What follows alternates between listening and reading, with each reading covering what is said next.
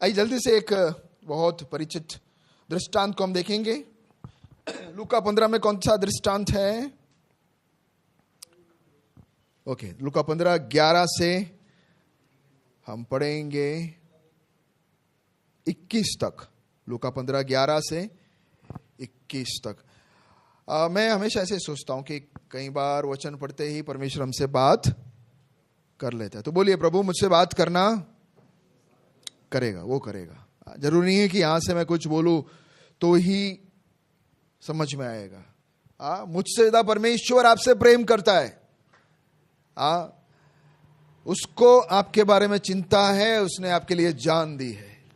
तो एक बार आप बोल दो प्रभु मुझसे बात करो, तो वो जरूर आपसे बात करेगा।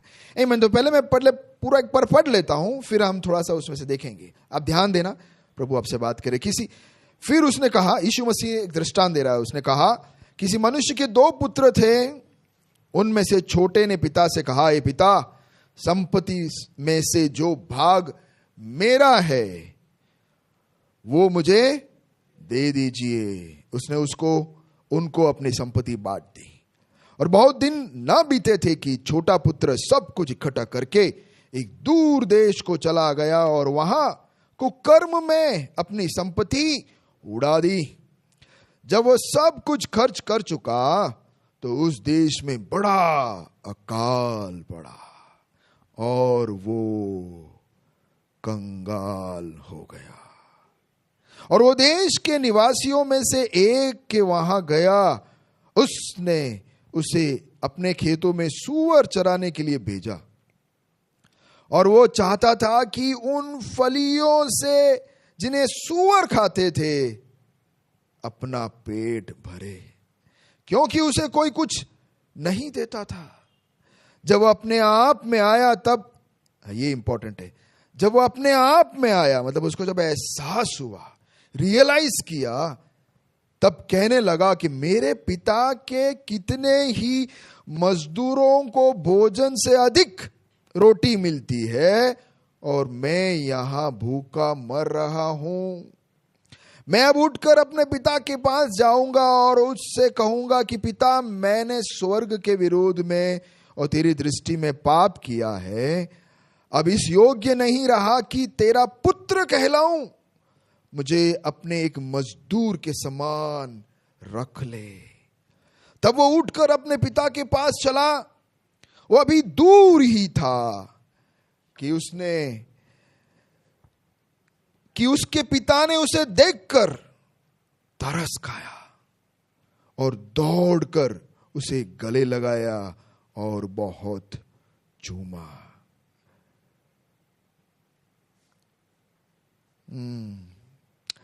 आगे भी 2 वचन पढ़ने जैसा है, पढ़ लेता हूं 2 वचन।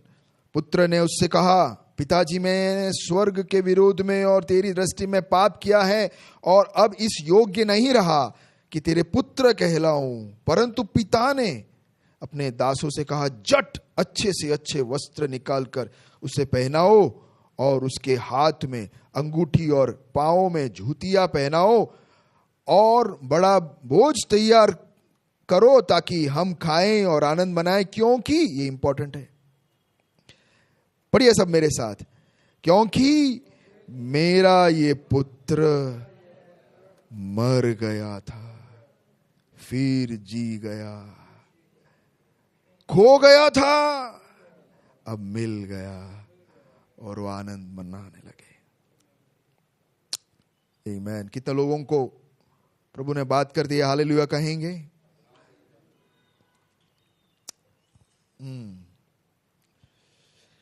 2-3 पॉइंट जल्दी से बोलूंगा।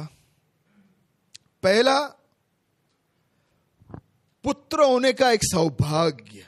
बोलिए मेरे पीछे, पुत्र होने का, यानी पुत्री नहीं, ऐसा नहीं है। जब मैं पुत्र बोलूं या पिता बोले कभी भी, तो आप समझ लेना कि पिता में माता भी आ गए हैं और पुत्र बोले तो पुत्री भी। पुत्र होने का एक सौभाग्य। उन्हें पूछो जिनके पास ये सौभाग्य नहीं है।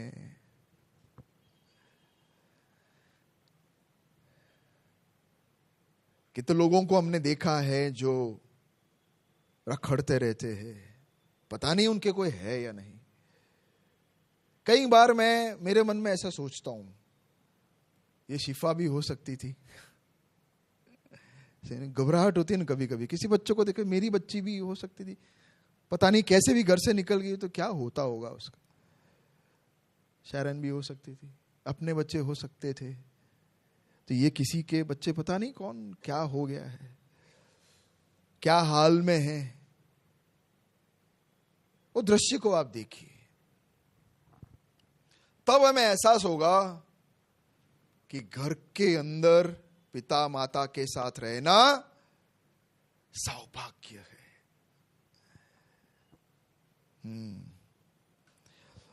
और कई बार ये चले जाते हैं तभी भी हमें याद आता कि उनका कितना मूल्य था।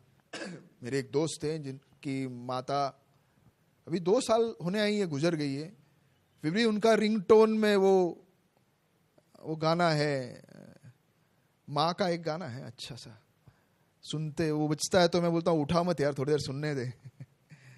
माँ को याद करते हुए, उसकी माँ को नहीं, माँ के लिए एक गाना है वो बजता रहता है। कई लोग अपने पिता या माता को घुमाते हैं तो उनके डीपी में उनके चित्र काफी समय तक रखते हैं और फिर नीचे लिखते हैं कि मिस यू पापा, मिस यू मम्मी। हाँ, तो ये अब चले जाते हैं ना, तब एहसास होता है कि अरे बाप रे क्या हो गया।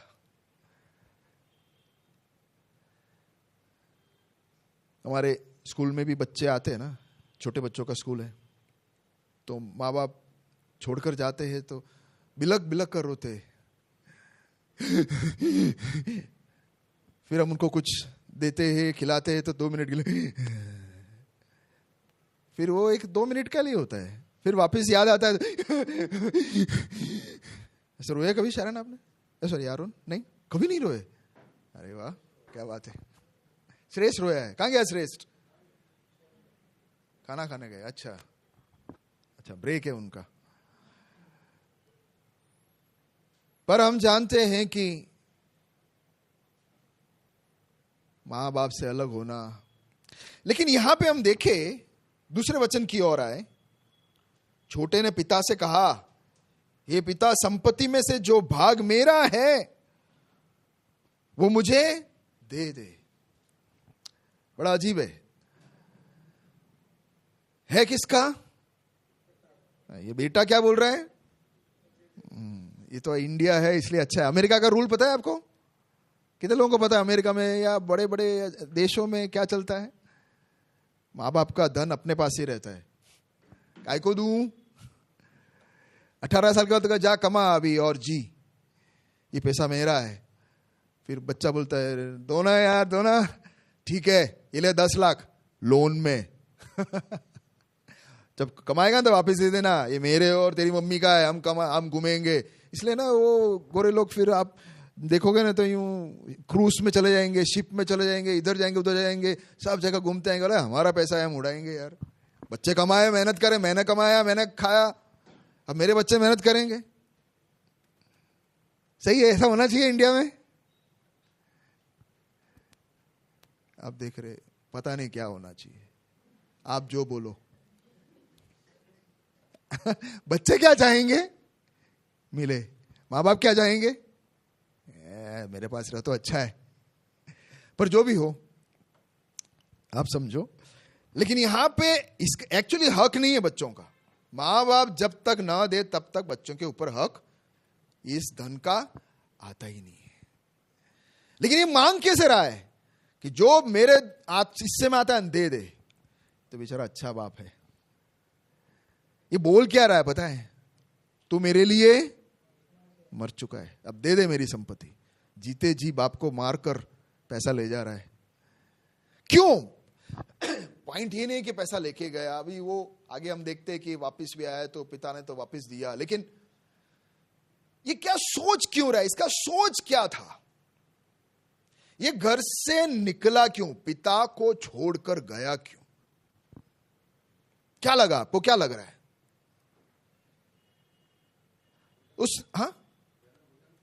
घर में घुटन सी क्यों? घर में एक दायरा है, एक बाउंड्री है, अनुशासन है, सब कुछ सिस्टमेटिक चलता है। बाहर देखते तो बोलते रात को 2 बजे तक वो लोग पिक्चर देखते, 10:30 बजे लाइट बंद होनी चाहिए। ये सब मेरे को नहीं चलता है। बाप है कि हिटलर है? कितने लोगों ने बोला ऐसे, कोई कुछ बोले नहीं। एक टाइम तो हम सब ने बोला है, नहीं? कितने भी अच्छे होते, एक बार तो हमने बाप को देखकर एक बार बोला होगा, फिर तो हम बहुत प्यार करते हैं। लेकिन कभी कभी हमसे हो जाता है ना, जब बहुत कड़क हो जाता है, दूसरे लोग मजा कर रहे हैं और हम बोले, तो हमको दिखता है कि बाहर इतना डिंचिंग डिंचिंग डिंचिंग डिंचिंग हो रहा है और अंदर इधर बाइबल खोल तो उसको लगता है कि बाहर कितना हरियाली है यार, मजा आ जाता है। एक बार इस कैद से, इस जेल में से मैं छूट जाऊं।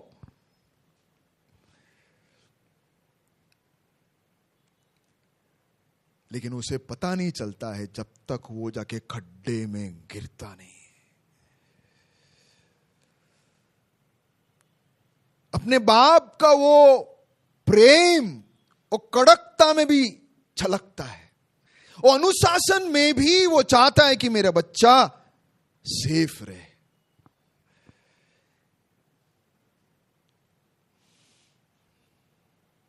बाप के साथ रहना, एक छोटे बच्चे का दृश्य देखो, ये मां के साथ सुकून से, अरे बाहर कितना भी आवाज आता हो वो मस्त सो जाता है, चिंता नहीं है। कभी ऐसे उठाया है बच्चों को सो जाते हैं? तो मैंने बहुत उठाया है, हम सब ने उठाया है बच्चों को। और कितना भी भारी हो तो भी वो हमारा है, जिगर का टुकड़ा, उसको हम रखेंगे। और उसका वो नो टेंशन चेहरा कभी देखा है? मस्त, मेरा पप्पा है, मेरी मम्मी है, मस्त, क्या बात है। वो सुरक्षा, वो कंफर्ट कि कुछ भी हो जावे मेरा पप्पा या मेरी मम्मी मेरे साथ है। लेकिन ये लड़का बोलता है कि ये सब मुझे नहीं चाहिए। मैं तुझे पैसों के बदले में लेके जाना चाहता हूं, नहीं सॉरी, पैसों को तेरे बदले में लेके जाना चाहता हूं। तू वो नहीं दे सकता जो मुझे पैसा दे सकता है। बहुत हो गया, थक गया हूं मैं। अब देख, मैं अब जिंदगी जीने के लिए निकल रहा हूं। पापा बेचारा सोचता होगा, बेटा फंसेगा तू फंसेगा। ये तो क्या, मैं और धन देने के लिए तैयार हूं, पर तू जानता नहीं है तू क्या सोच रहा है। जो दिखता है ऐसा नहीं है, तू सोच रहा है ऐसा नहीं है। मेरा दायरा तू छोड़ेगा, बाहर जंगल तुझे मिलेगा। लोग राह देखते हैं कि मैं इसका फायदा कैसे उठाऊं, लोग राह देख रहे हैं इसे मैं कैसे फाड़ खाऊं, इसे खत्म कैसे करूं, ऐसे लोग देखते। पिता जानता है, लेकिन बेटा बोलता है कि मुझे वो पसंद है, तेरे नीचे रहना मुझे पसंद नहीं है। दर्द पिता का, वो आप एक दर्द को पहचानने की कोशिश कीजिए। वो कह रहा है, देख बेटा, इतने साल से तू देख पा रहा है कि मैं किस प्रकार तुझे बढ़ा रहा हूं, कितने मैंने त्याग दिए, तेरी मां और मैंने कितने रात जग कर बिताए हैं, तेरे लिए हमने क्या कुछ नहीं किया। अरे आखिर में ये सब है भी किसका? तेरा। फिर भी तू मुझे रिप्लेस करने के लिए चाहता है, और वो भी किसके लिए? दुनिया के लिए।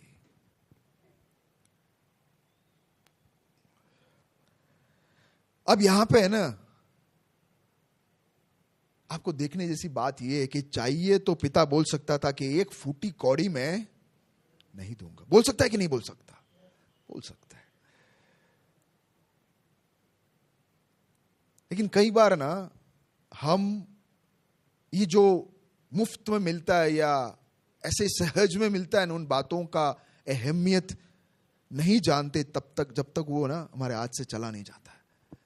तो पिता ने भी ना कहा कि ठीक है बेटा, जा, देख ले तू, मेरा जैसा तुझे कहां मिलेगा, तू देख ले, तू चख ले, अनुभव कर ले बेटा। मैं बोलता हूं समझ में नहीं आ रहा है ना, करके दिखाया, तेरे समझ में नहीं आई, ठीक है जा तू। उस छोड़ में भी पिता का एक प्यार था। ऐसा नहीं कहता कि जा मर तू जाके, ऐसा नहीं कहा।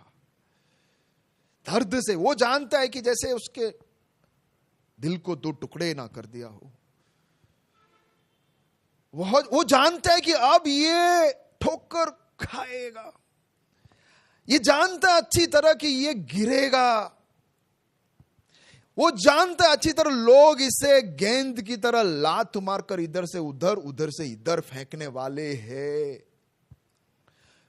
पिता जानता है कि इसको कमी बहुतायत से आने वाली है, फिर भी जाने देता है, कहने के लिए कि तू देख ले बेटा, ट्राई कर ले, लगता है तुझे मिलेगा मेरे ऐसा और कोई, ट्राई कर ले, देख ले, चख ले। प्यारो, हमारे जीवन को हमें ये सब लगकर चेक करना है।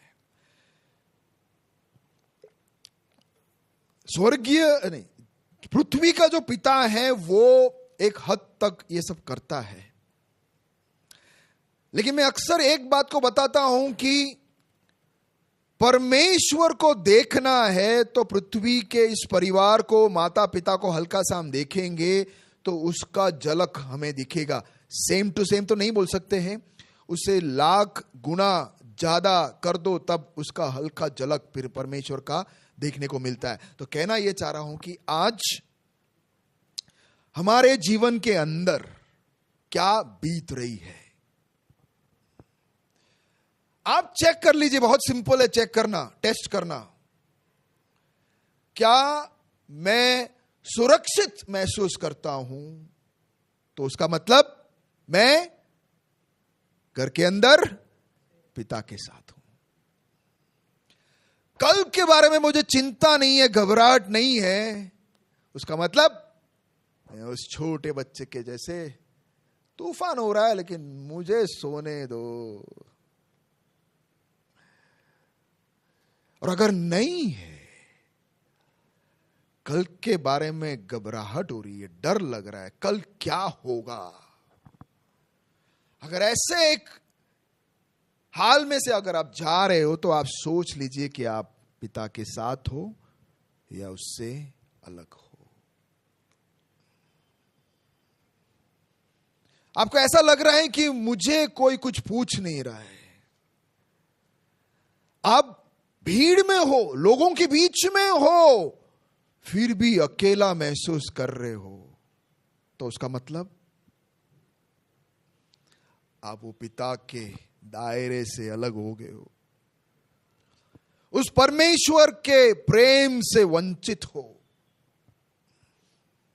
आप यहां आते होंगे, चर्च में आते होंगे या कोई भी जगह जाते होंगे, वचन पढ़ते होंगे, आपको बहुत सारी चीजें भी मिलती होगी।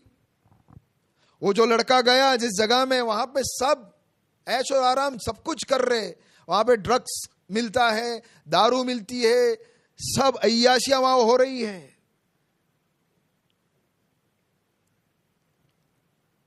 इसने सोचा कि ये सब मुझे मिलेगा तो मुझे थोड़ा नहीं, बहुत आनंद मिलेगा। लेकिन जैसे मैंने शुरू में कहा ना कि वो बच्चे बिलक बिलक के रोते, फिर कुछ खिलौना हाथ में देते, थोड़ी देर खेला, फिर एकदम याद आया इससे भर नहीं रहा है, फिर बिलक बिलक के रोने लगते, फिर थोड़ी देर बाद और कुछ देते, फिर थोड़ा शांत होते, फिर वापस रोने लगते। क्यों? उन्हें पता है कि उनकी मम्मी उनके पास नहीं है, उनके पापा उनके पास नहीं है। प्यारो, कोशिश कीजिए, अगर आपको लगता है कि ये परमेश्वर को मैं रिप्लेस कर सकता हूं, तो वो परमेश्वर आपको कह रहा है कि ट्राई कीजिए। ये वो परमेश्वर है जो चाहिए तो ये बोल सकता है, अगर तू मेरी उपासना नहीं करेगा ना तो तुझे मैं ऑक्सीजन नहीं दूंगा। बोल सकता है कि नहीं? उसने कभी स्विच ऑफ किया है निखिल? बंद कर दिया? अच्छा तू मुझे नहीं, अच्छा ये इससे तूने तेरा जीवन भर दिया है, अभी दिखाता हूं मैं, कल से तेरे लिए सूरज नहीं। कुछ भी कर सकता है ना वो, लेकिन उसका प्यार है कि वो पकड़ के नहीं रखता है। वो कहता है कि जा बेटा, देख ले, चख ले, देख ले कि ये सब भर सकता है कि नहीं, कोई और मेरा जगह ले सकता है कि नहीं, देख ले। इसने कोशिश की, इसने रिश्ता एक नहीं, दो नहीं, कितने किए होंगे, कि पैसा बहुत आ गया, रिश्ते में वो मजे उठाने लगा। कितना देर में ये चला जाता है। जो उसको जो मन फाता है सब उसने करके देखा।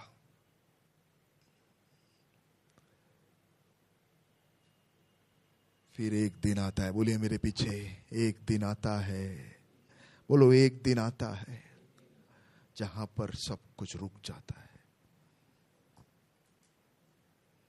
कितने खींचेंगे, कितने जाएंगे? ये जो मैंने बोला 17वां वचन, कौन सा था? हाँ 16 में लिखा है कि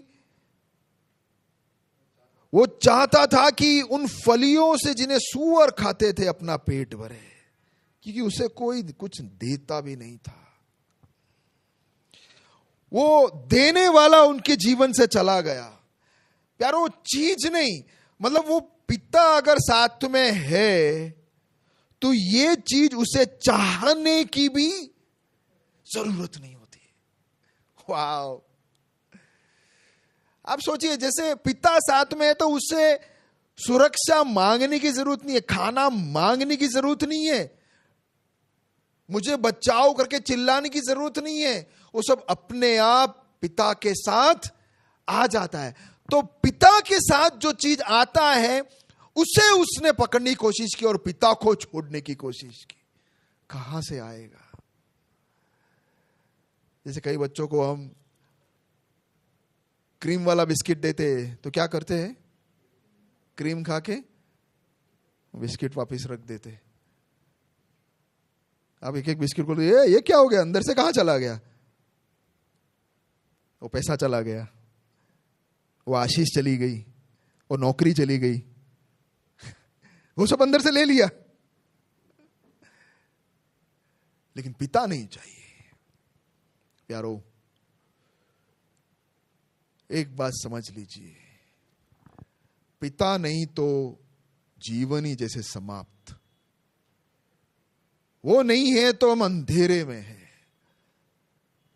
पिता के बिना जैसे जीना ही क्या जीना। ये तो कोई जीना है तब गाना आता है, ये तो कोई जिंदगी है तब हम बोलते हैं। इससे अच्छा तो मैं मर जाऊं, ये हम बोलेंगे। ये कहां क्यों मैं जन्मा, हम तब बोलेंगे। मेरा कोई नहीं है, तब हम बोलेंगे। मेरा क्या हो रहा है, मैं क्यों आया, ये सब सवाल तब आता है जब हम घर से बाहर पिता से अलग है।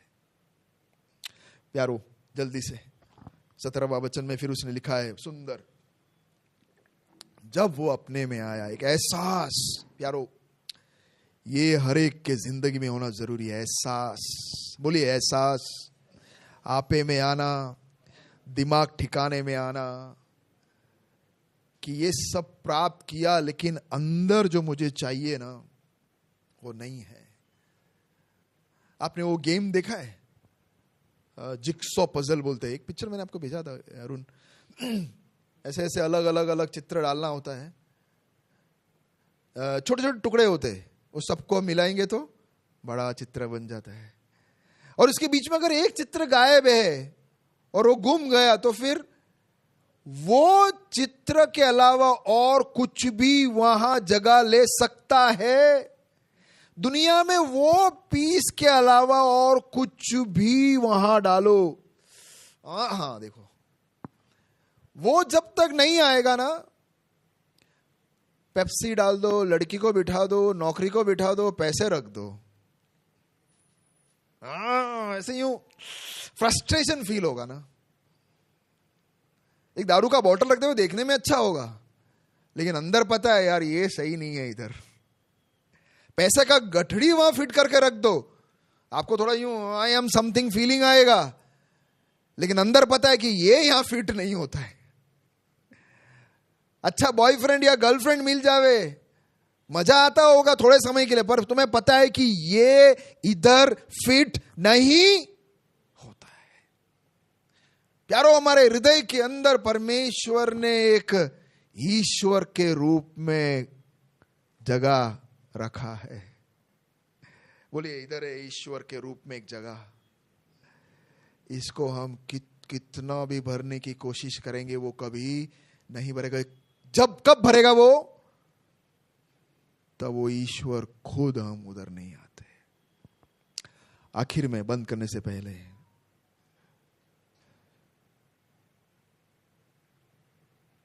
अब तकलीफ ये है कि कौन सा ईश्वर।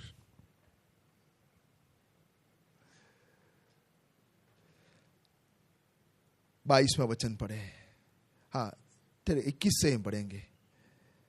क्या कहता है बेटा? पुत्र ने उससे कहा, पिताजी मैंने स्वर्ग के विरोध में और तेरे दृष्टि में पाप किया है, और अब इस योग्य नहीं रहा कि मैं पुत्र कहलाऊं। 22वें वचन में, परंतु पिता ने अपने दासों से कहा, जट अच्छे वस्त्र निकाल कर उसे पहनाओ और उसके हाथ में अंगूठी और पाँव में जूतियां पहनाओ और बड़े भोज तैयार करो ताकि हम खाएं, आनंद मनाएं। क्योंकि ये पुत्र मर गया था, फिर जी उठा, खो गया था, अब मिल गया, आओ आनंद मनाएं। प्यारो, पिता वो है जो भरपाई कर सकता है। अब ये पिता के पास आता, आधी संपत्ति तो उसने ले ली, इसको जो लेना था, अब इसके पास अगर कुछ, और आधी बड़े को दे दी, अब ये कंगाल बैठकर उसके पास कुछ नहीं होता तो इसके पास आने का कोई मतलब है? खत्म हो जाता ना, अगर शारीरिक पिता को हम देखें। लेकिन इसके पास फिर भी है देने के लिए। यारो, कौन है जो हमारा सबसे बड़ा प्रॉब्लम दुनिया में, ये सबका जड़ जो है ना, हमको पिता से अलग करने वाला जड़, सब ऐसे पकड़ो, ये जड़ जो है ना, वो पाप। वो जब तक अंदर रहेगा ये पाप, तब तक पिता वहां पर नहीं आ सकता, तब तक वो जिग्सॉ पजल पूरा नहीं हो सकता। ईश्वर वो हो सकता है जो इस पाप का समाधान कर सकता है।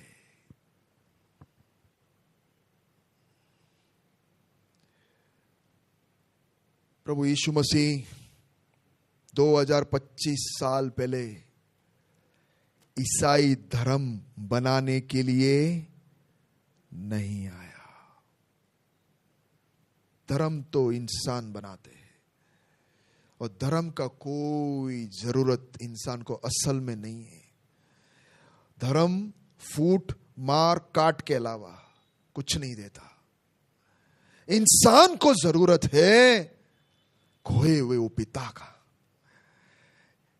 इंग्लिश में बोलते हैं रिलीजन नहीं, रिलेशन।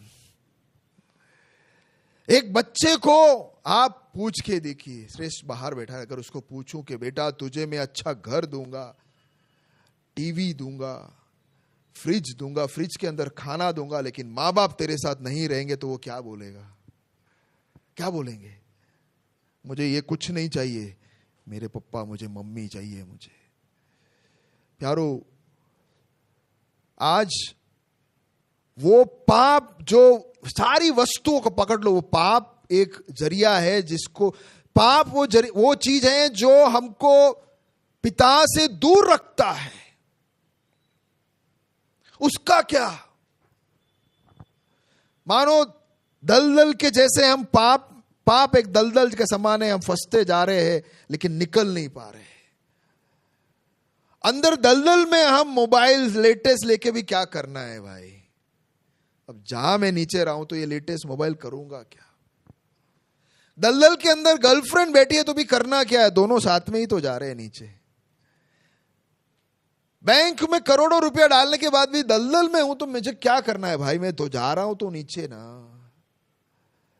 क्या करने का। वही तो मैं कह रहा हूं, ये पाप जब तक दिल में है तब तक कोई चीजें मायने नहीं रखती। मतलब पाप है तो पिता, बोलिए मेरे पीछे, पाप है तो पिता से दूर, मतलब सब जीरो हो गया, कुछ नहीं कर सकते, कोई मतलब ही नहीं है। प्रभु यीशु मसीह ने इस पाप का हल निकाल दिया। बड़ी बड़ी बातें तो बहुत सारे लोगों ने कहा, तू जल्दी बाहर आ, तू इधर आ, तू ये कर वो कर। अरे बाबा मैं कुछ नहीं कर सकता, मैं नीचे जा रहा हूं, तू आ मुझे बचा। किसी ने नहीं बचाया, छलांग किसी ने नहीं लगाई, पकड़ नहीं ली, किसी ने हाथ नहीं लंबा की। बड़ी बड़ी बातें करते, ये है वो है बोलते, लेकिन पाप का हल केवल एक व्यक्ति, और वो हल भी तब निकलता है, प्रभु के वचन में लिखा है रोमी 3 और उसके 23 में, पाप का दंड या मजदूरी परमेश्वर की महिमा से वंचित है। वहां पे उसके किसके 13 में है कि 11 में है कि 26 में है, नहीं तो पाप का दंड मृत्यु है। हाँ, oh thank you, 6:23, that's what I said, no? Oh, I said 3:23, sorry, 6:23, sorry, 6 का 23 निकालिए। क्योंकि पाप की मजदूरी मृत्यु है। बोलिए मेरे पीछे, पाप की मजदूरी मृत्यु है। सब कुछ पाया लेकिन ये पाप मेरे अंदर है तो मेरा अनंत, पिछले बार हमने सुना ने, अनंत जीवन और अनंत मृत्यु। तो पाप हमें अनंत मृत्यु की ओर लेके जाएगा, और प्रभु यीशु मसीह मेरे और आपके पाप के लिए क्रूस के ऊपर अपना जान दिया, पाप को हटा दिया ताकि मैं पिता के साथ वापिस जुड़ सकूं। कितने लोग कहना चाहते हैं कि मैं परमेश्वर पिता से जुड़ना चाहता हूं। कितने लोग अपने आप से कह रहे हैं कि मैं खोया हुआ हूं। बाहर से आप बहुत अच्छे दिखते होंगे, बाहर से आपको ऐसा लगता हो कि मेरे पास सब कुछ है, लेकिन आप जानते हो कि कौन से हाल में आप हो, कौन से पोजीशन में हो, क्या हो रहा है आपके साथ। 2 मिनट हम परमेश्वर की ओर देखें, अपने दिल की बात परमेश्वर से कहिए। क्या क्या भरने की कोशिश की। वो खोया हुआ बेटा, उसने लाख कोशिश की होगी, हाथ पैर मारा होगा अच्छी तरह, लेकिन जब तक वो वापिस नहीं आया और पाप का माफी उसे नहीं मिला, तब तक वो पुनर्स्थापित नहीं हुआ। यारो, इस परमेश्वर से हम कह सकते हैं, जिस परमेश्वर ने मेरे पापों को अपने ऊपर ले लिया, जो परमेश्वर ने मेरे लिए क्रूस के ऊपर मेरे पाप को उठा लिया, दंड को उठा लिया, वो परमेश्वर ही हमें माफी दे सकता है। कोई और कैसे माफ मुझे कर सकता है? जिसने मेरे पापों का दाम चुकाया है, उसके अलावा और कोई मेरा पाप का माफ कैसे कर सकता है? उसका हक नहीं बनता है। लेकिन मेरे प्रभु यीशु ने, वो योग्य है अपने पापों का माफी के लिए, क्योंकि उसने अपना आखिरी लहू क्रूस के ऊपर बहाकर मेरे और आपके पापों के लिए दे दिया, ले लिया अपना, हमारा सजा उसने उसके ऊपर उठा लिया। और कहता है क्रूस के ऊपर लटकते हुए, सब कुछ समाप्त, इट इज फिनिश्ड, मतलब सब कुछ मैंने दे दी है। अब इनके ऊपर पाप नहीं लटक सकती, अब रास्ता मैंने साफ कर दिया है। क्रूस के ऊपर दर्द से वो कह रहा है कि बेटा बेटी, अब पिता के पास जाने का रास्ता साफ मैंने कर दिया है। अब आप परमेश्वर से मिल सकते हैं। अब वो न्योता दे रहा है, क्रूस के ऊपर एक न्योता है, एक इनविटेशन है। जो देना था मैंने दे दिया, क्या आप मेरे पास आना चाहते हो? कितने लोग कहेंगे कि मुझे उस पिता के पास जाना है? कितने लोग कहेंगे कि प्रभु मुझे बचा? आइए हम दुआ कर कर कहेंगे कि प्रभु मुझे बचा। प्यारे पिता, मेरी लाख कोशिश वहीं पर मुझे आके खड़ा करता है। असंतुष्टि, असमाधान, अशांति, फ्रस्ट्रेशन, वेदना और दुख में किसी को पता नहीं चल रहा, लेकिन मैं जानता हूं कि मैं किस तरह फंसा हुआ हूं। सब जगह में गया, सब कोशिशें की, लेकिन वहीं का वहीं खड़ा हूं। प्रभु मुझे बचा आज। ये किसी के बस की बात नहीं है, क्योंकि जिसने दाम चुकाया वो ही मुझे माफ कर सकता है। आज अपने आप को तेरे सामने समर्पण करता हूं। मुझे माफ कर दे। जैसे वो खोया हुआ बेटा चिल्ला कर कहता है, पिता मुझे माफ कर दे, मैंने तेरे खिलाफ पाप किया। आज हम तुझसे कह रहे कि हमने तेरे खिलाफ पाप किया, हमें माफ कर दे, मेरे पापों को माफ कर दे।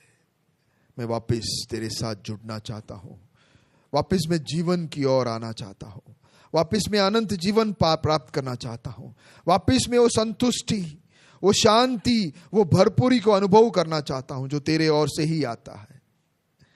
मुझे अपने गले से लगा दे, मेरे हृदय के अंदर आज अपना घर बना दे। तेरा बेटा बनकर मैं जीना चाहता हूं।